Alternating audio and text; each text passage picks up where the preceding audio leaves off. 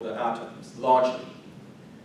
But we write the dipole moment, mu, as E times D. E would be the dipoles, the size of the dipoles. In other words, how big is this? Is this 0.01 minus? Is it 0.1 minus? And how big is that? So E is the actual dipole charge. And F is the distance, not F, D is the distance between the charges. So what this tells me is the larger the dipoles, the bigger the difference in electronegativity. And the longer the bond, the more polar the bond, the greater is the dipole moment. I will never ask you in this class to calculate mu. Okay, but you should have a sense that it's linearly dependent upon the size of the dipoles, which is a difference in electronegativity, and the lengths of the bond, which deals with the size of the atoms. Okay, so that's the bond moment. Many molecules, on the other hand, have more than just two atoms. So the bond moment deals with the interaction between two atoms in that bond. Most molecules are not diatomic. Okay?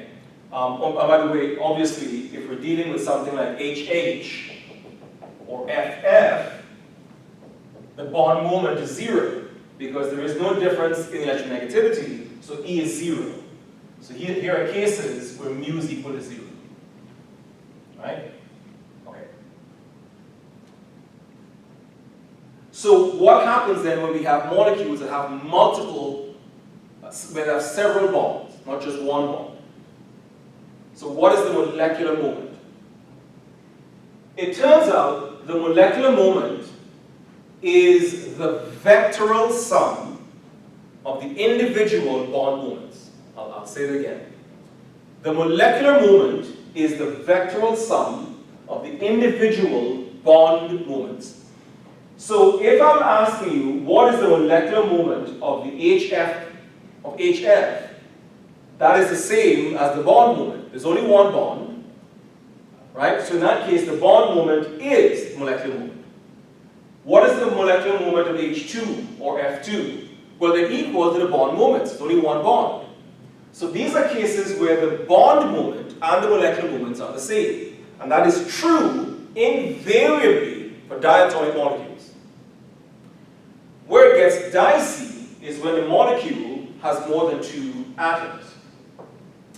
And one of the best ways of doing it, I think, is looking at what happens as we go from methane to something like tetrachloromethane.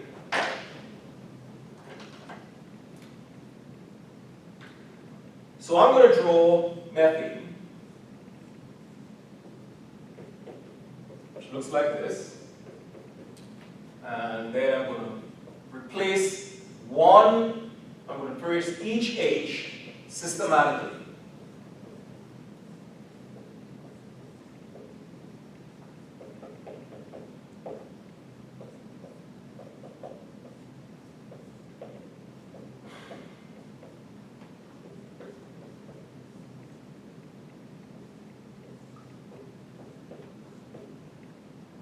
So I'm going to go from methane to monochloromethane, monochloromethane, to dichloromethane, trichloromethane, also called chloroform, and then tetrachloromethane, also called carbon tetrachloride. And for now, all I want to know is whether the dipole moment is 0 or greater. Okay. What about in methane? Well, CH bonds are considered nonpolar. They're not entirely nonpolar, but they're close enough. For the large extent, especially when the carbon is sp3 hybridized, we'll talk about this later on, the CH bonds are considered nonpolar. So if I have a molecule that has a nonpolar bond, well, if I have a nonpolar bond, then the dipole moment of that bond is 0. FF, HH. The vectoral sum of zeros is 0. So if all the molecule has is non-polar bonds, then the dipole moment is going to be 0. So here's the case where the molecular moment is equal to 0, and that is because all of the bond moments are 0. There are no polar bonds. So if a molecule has no polar bonds, that molecule is non-polar. Okay. What about molecular method? Well, there is a difference in electronegativity between carbon and chlorine. Chlorine is decidedly more electronegative than carbon. So the electrons in the CCl bond drift towards the Cl. That creates a delta plus on the Cl, a delta minus on the Cl, a delta plus on the carbon. Okay. But these have no dipoles. So this molecule will have a net dipole that acts in this direction. And this has a dipole moment that is greater than 0. Now, here's a case where even though this molecule is polyatomic, right, the molecular moment is equal to the moment of just this one bond, because these are 0 and don't contribute. So we had a case where we had HF, and HH, and FF, where the bond moment equaled the molecular moment, because they didn't have a choice. But here's a case where we have a polyatomic species, where the bond moment is also equal to the molecular moment, because the CHs are neutral, they don't contribute. What about dichloromethane? Well, there's a dipole acting here and a dipole acting here. So there is a net dipole acting in that direction. These don't contribute. So this is also a polar molecule. What about chloroform? There's a moment acting here, bond moment, here and here, which leaves me with a net molecular moment acting straight down. And this is also greater than 0. The moment here is equal to 0. Because the vectoral sum of this moment acting up and these three acting down cancel. In other words, this and that are equal but opposite directions. So here's a case where I have a molecule where all of the bonds are polar, but the molecule itself is non-polar. Right? So, which is why it's important to say that the molecular moment is the vectoral sum. It doesn't just deal, it's not a scalar quantity. It doesn't just deal with how big the dipoles are, but in which direction they're pointing.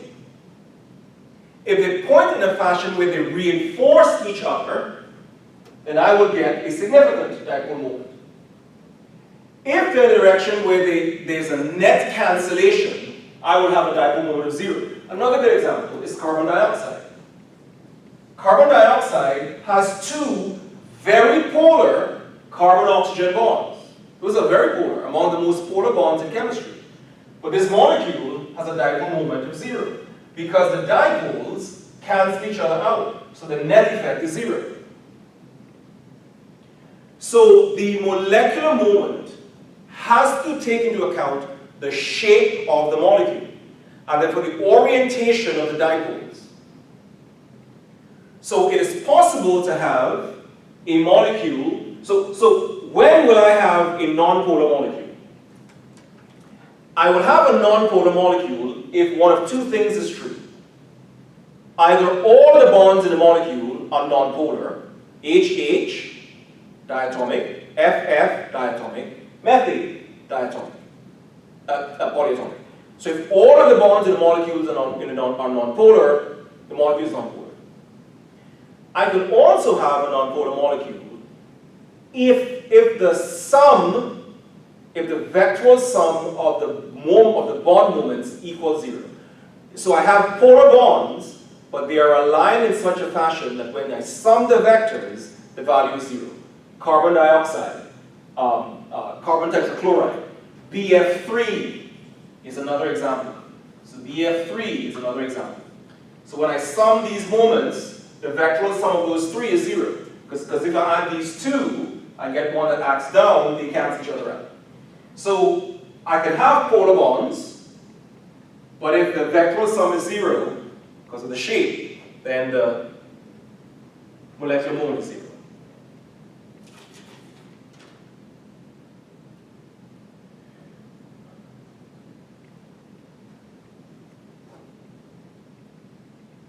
Okay. All right. Last thing to do, and we will start. We won't have time to finish it. We will start it, and it's called oxidation levels. Now, I'll apologize. You will not find this in your textbooks. Well, it depends on which textbook you have. Some of the more progressive textbooks actually cover this. Many of them don't, which is unfortunate.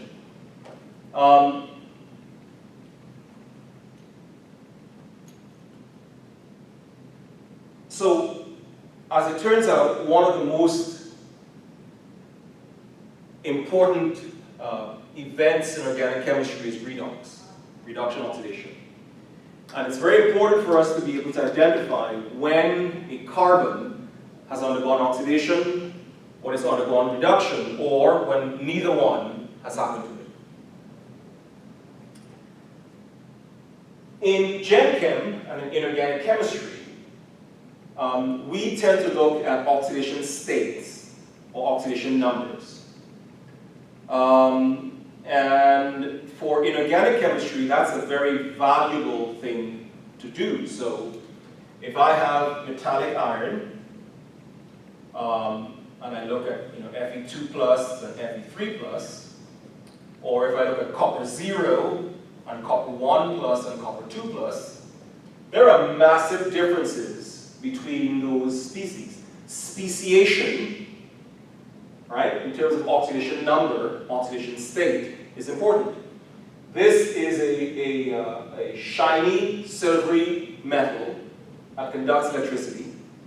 Iron 2 tends to form greenish, sometimes blue-green solids, many of which are water-soluble. Iron 3 tends to form reddish or yellowish red compounds. When they dissolve in water, these are acidic, not so much iron 2. Copper 0 is copper metal. It's a reddish-brown solid that conducts heat and electricity. Copper 1 plus is a brick red, forms brick red solids, which usually don't dissolve in water unless they're complex with other species, like ammonia molecules and so on. Copper 2 tends to form blue solutions, sometimes beautiful blue solutions. The chemistry of iron 0 is very different from iron 2, which is very different from iron 3. That plus 1 makes a big difference. The chemistry of copper 0 and copper 1 are very different. And copper 1 is separate from copper 2. Very different chemistry. So oxidation number, or a good example, good chromium 3 plus, we need for, it's a metal that's used, I forget the term, it's a metal that's necessary for the function of vitamins. It's an essential metal. Chromium 6 is toxic, gives you cancer. So the speciation of the metal, its oxidation state, is of critical value to our understanding of the behavior in inorganic chemistry.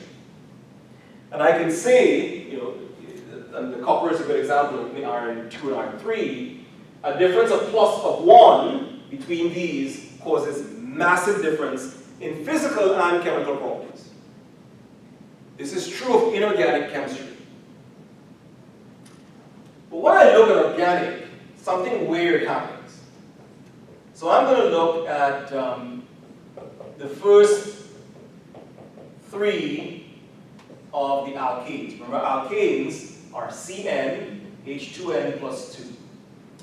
And the first is methane. This is CH4, C2H6, this is called ethane, and then C3H8, this is C3H8, this is called propane. So I'm going to ask, what are the oxidation states of the carbons in those three compounds? And you will tell me, well, each H is considered +1, and there are 4 of them in methane, so that's +4. If the compound, as it is electrically neutral, there must be a -4. So this carbon's oxidation state is -4. If your tetravalent, -4 is as reduced as you can get. Okay.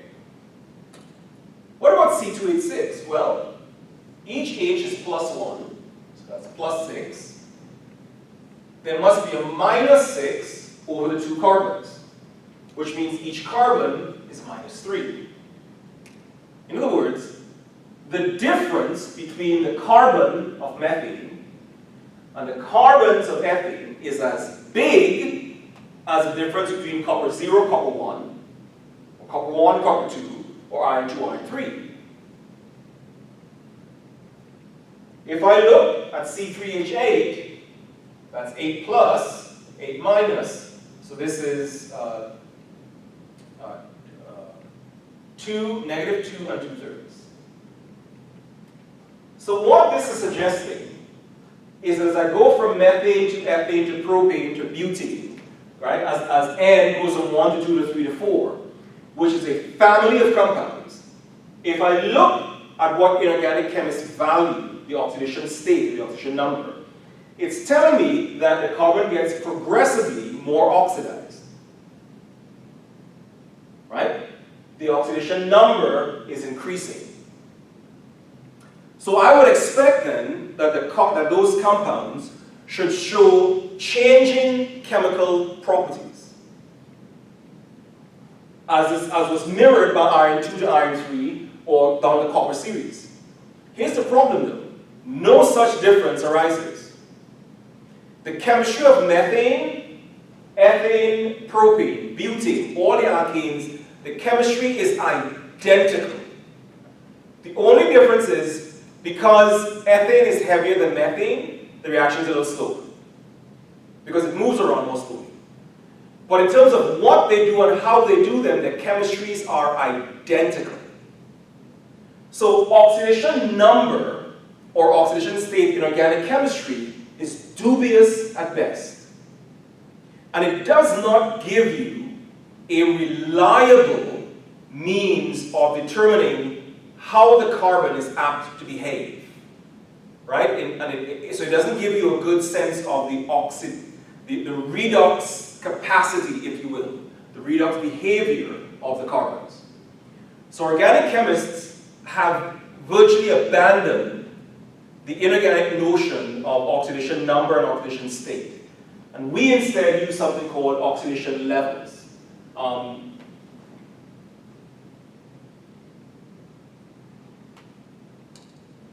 So I will identify them on the board, and then we'll stop there. We'll pick it up in the next lecture. So let's talk about oxidation levels. So organic chemists recognize 5 oxidation levels, and oxidation levels are based upon the number of bonds, if any, that a carbon has to a heteroatom.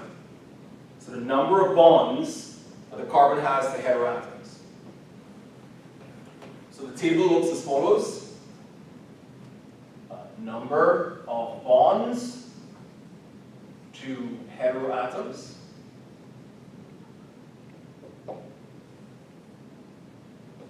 Oxidation level. And then just some examples. So the carbon can either have 0, 1, 2, 3, or 4 bonds to heteroatoms. If it has 0 bonds to heteroatoms, it is said to be at the alkane level. And examples will include the carbon of methane, the carbons of ethane, and the carbons, for example, of propane.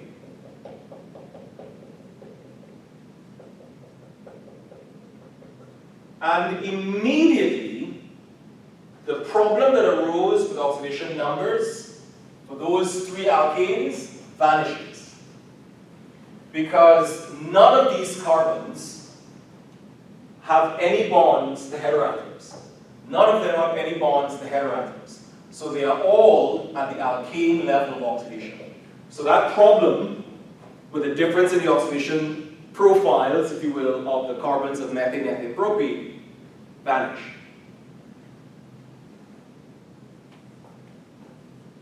If the carbon has one bond to a heteroatom, it is said to be at the alcohol level. That would include examples like methanol, monochloromethane, which we met earlier. It would also include dimethyl ether. Now, as it turns out, only one of these compounds is an alcohol. Alcohols, as we see later on, have an OH bond. That's an alcohol, that's a haloalkane, that's an ether. But all the carbons have one bond to a heteroatom. One bond to a heteroatom, one bond to a heteroatom, one bond to a heteroatom. So all of those carbons are the same level of oxidation. Maybe the carbon has two bonds to a heteroatom, right? In which case it is said to be at the aldehyde level of oxidation. Examples would include the carbon of methanol, and the name is not important now, the carbon of dichloromethane, and the carbon of this acetal. Now, this is important. The definition of oxidation level has nothing to do with the number of heteroatoms to which you're bound. It has to do with the number of bonds to heteroatoms. So this carbon is bound to one heteroatom. That's irrelevant. It has two bonds to heteroatoms. This carbon is bound to two heteroatoms. That's irrelevant. It has two bonds to heteroatoms. Two bonds, two bonds. The definition of oxidation level is based upon the number of bonds the carbon has to a heteroatom or heteroatoms. If it has three bonds to heteroatoms, it is said to be at the acid level. And that would include, for example, the carbon of HCN, the carbon of methanoic acid, the carbon of trichloromethane, or chloroform.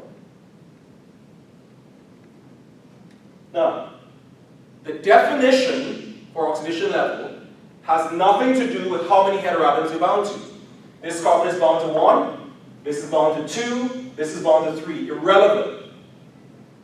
This carbon has 3 bonds to heteroatoms. I don't care whether it's sigma or pi's. 1, 2, 3, 1, 2, 3. They're all at the same level of oxidation. And then finally, if I have 4 bonds, I'm said to be at the carbon dioxide level.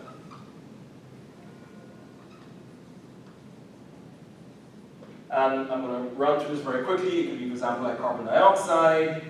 It could be like cyanic acid. It could be something like urea or carbon tetrachloride. So all of those carbons have 4 bonds to heteroatoms, so they're all at the same oxidation level.